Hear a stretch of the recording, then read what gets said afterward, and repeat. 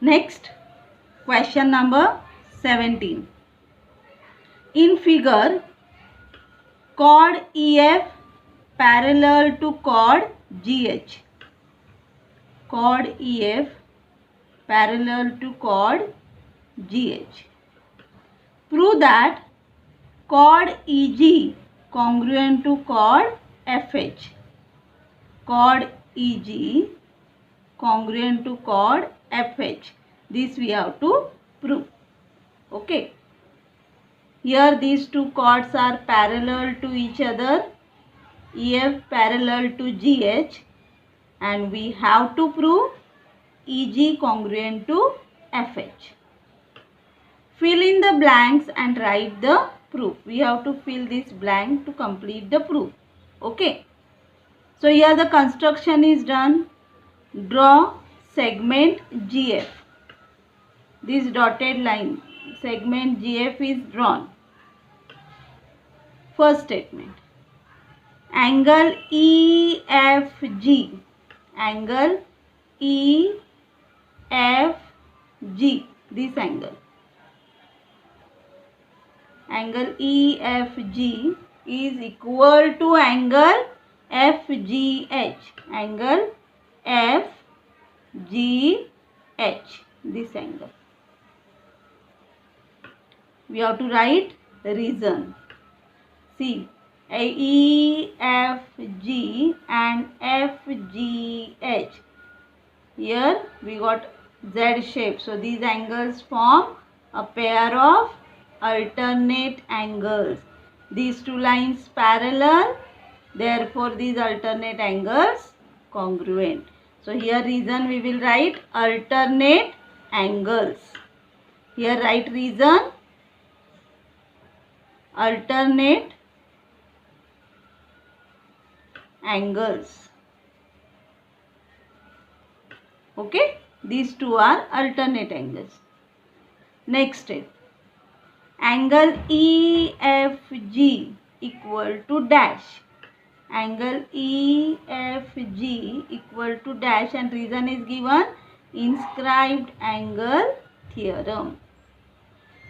So students, vertex of this angle is F, which is on the circle. So this is inscribed angle EFG, and this angle intercept arc EG. So here by inscribed angle theorem, angle EFG is equal to half measure of arc EG. Half measure of arc EG, and reason is inscribed angle theorem. This is statement number 2. Similarly, angle FGH. Angle FGH.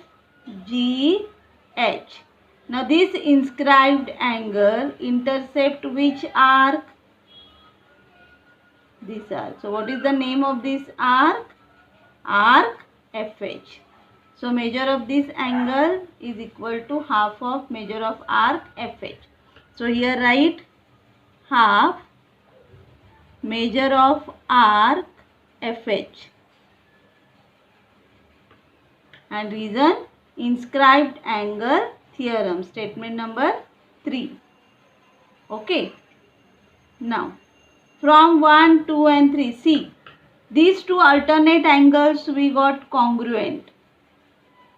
These are inscribed angles.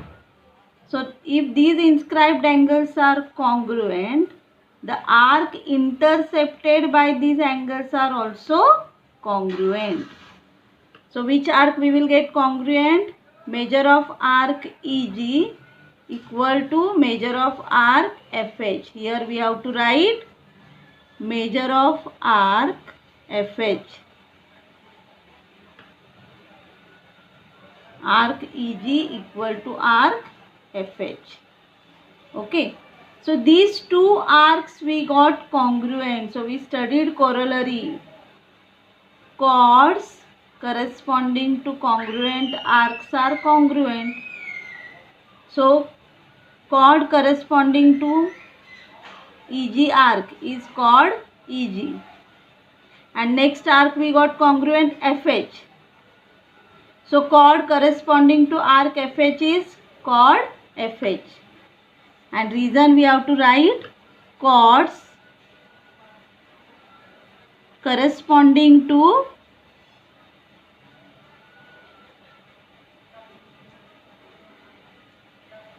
congruent arcs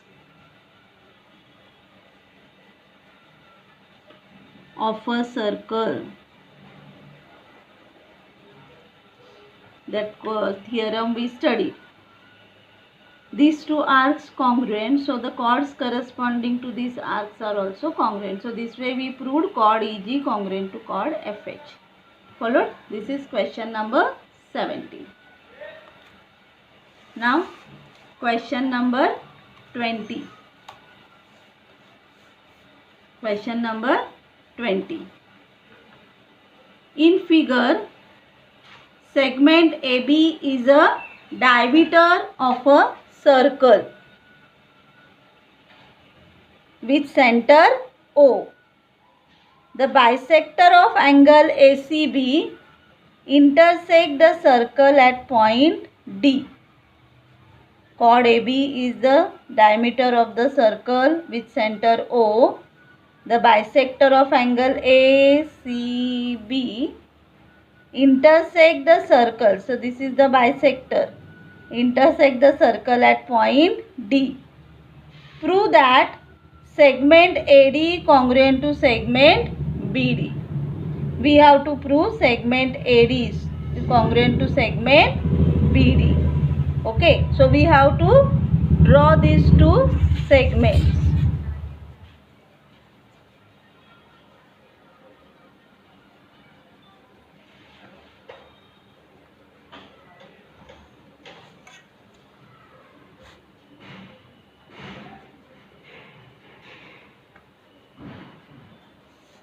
We have to prove segment AD congruent to segment BD.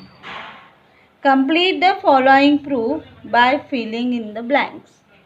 We have to fill up this blank to complete the proof. Okay. So let us see the proof. First, draw segment OD. Draw segment OD. Dotted line, this is the construction. Angle ACB. Angle ACB equal to dash. Angle inscribed in semicircle. See, AB is the diameter. So angle ACB is inscribed in this semicircle. So we studied the corollary. Angle inscribed in semicircle is 90 degree. So measure of angle ACB is equal to 90 degree. So here you have to write 90 degree. Okay. Then CD is the bisector of angle C. Therefore angle DCB. See, this angle ACB is 90 degree. So angle DCB is equal to how much? This angle.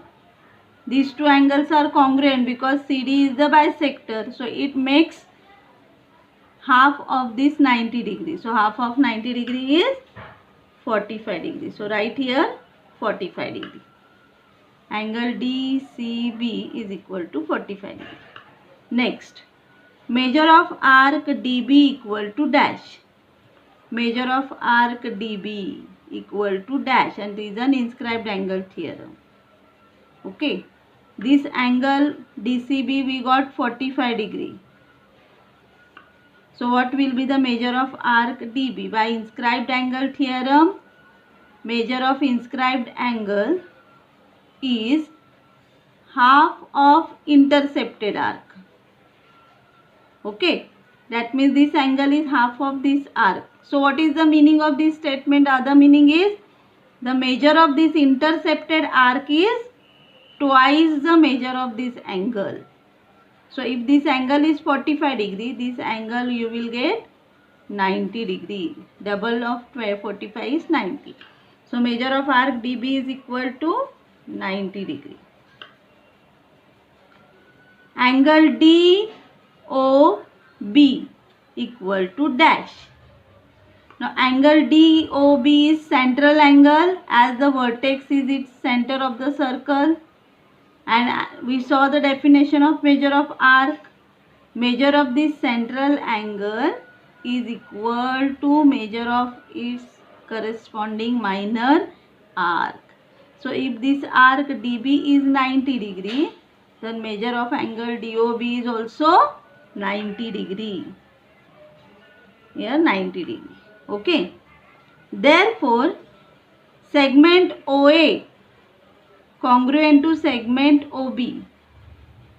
See, O is the center of the circle. So OA and OB are radii of the same circle. So they are congruent. So write here reason, radii of the same circle.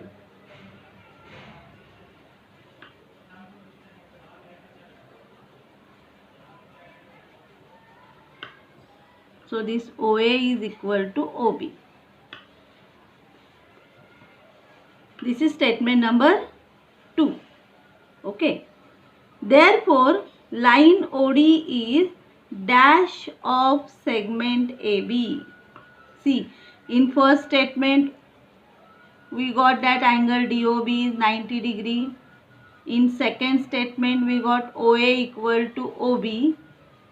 So, this segment OD is perpendicular to segment AB and it also bisects segment AB.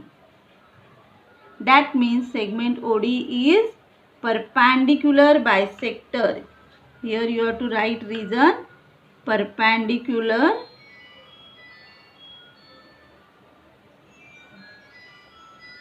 bisector of segment AB, and therefore we studied perpendicular bisector theorem in 9th standard. Any point lying on the perpendicular bisector of segment AB is equidistant from end points of the segment.